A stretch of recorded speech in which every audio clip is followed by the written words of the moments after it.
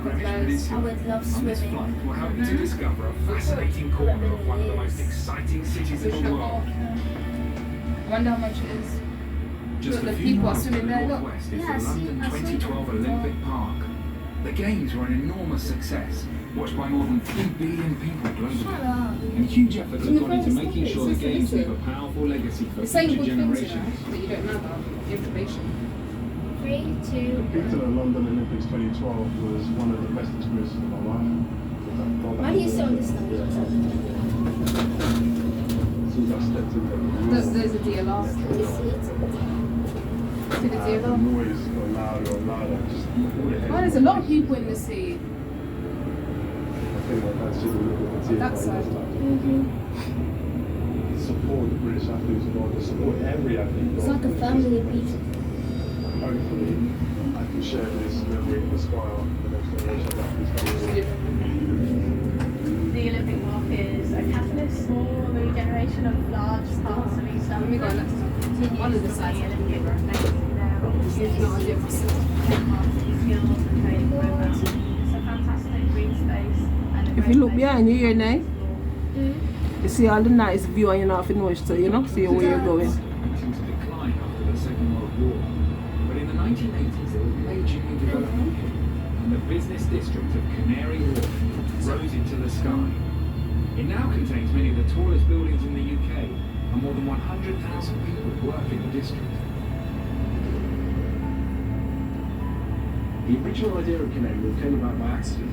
The government had invited down a guy called Michael von Clem, who was really looking for a site for a factory.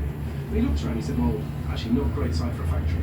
But he knew that banking was changing and he was going to need massive trading floors at his bank.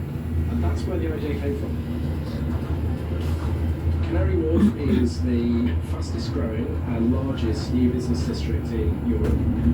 Lots and lots of exciting developments happening in the east side of London, and all linked by the Docklands Light Railway, by the Jubilee Line, by Crossrail, by all the other transport infrastructure that links into those.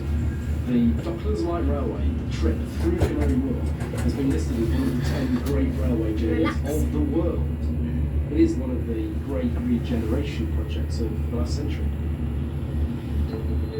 The River Thames has been the lifeblood of London since Roman times, and trading ships have plied its waters for centuries. As the size of ships increased, they needed powerful tugboats to guide them. Despite the demise of the old docks, the tugs and their skippers are still the workhorses of the river. I'm probably the oldest tug skipper on the River Thames at the moment, but we still go out and do a day's work. Oh, changes are unbelievable. In fact, you could walk one end of the dock and the other end of the dock on barges.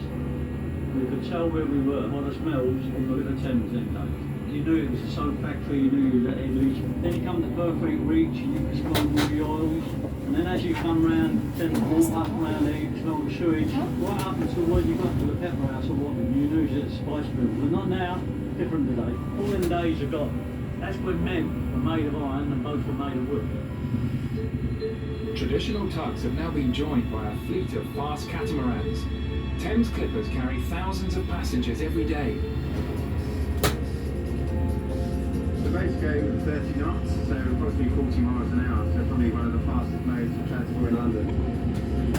The river bus service runs every 20 minutes to North Greenwich Pier, which is just a 5-minute walk from the Emirates airline.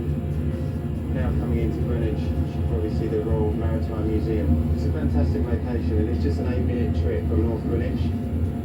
I think the river's got a key role to play in the regeneration of East London. We very much see the Thames as a tube line in the future. Cutting through the Greenwich Peninsula, the Greenwich Meridian line represents 0 degrees of longitude. It divides the eastern and western hemispheres of the Earth and serves as the reference point for the world's clocks. It's also the inspiration for a new world-class sculpture trail, the Line, stretching more than 3 miles from the O2 to the Olympic Park.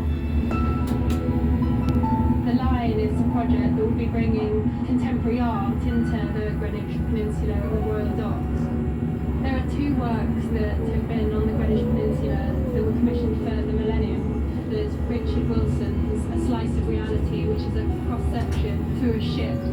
And then there's Anthony Gormley's Quantum Cloud. It's made of thousands of steel rods that sailing. And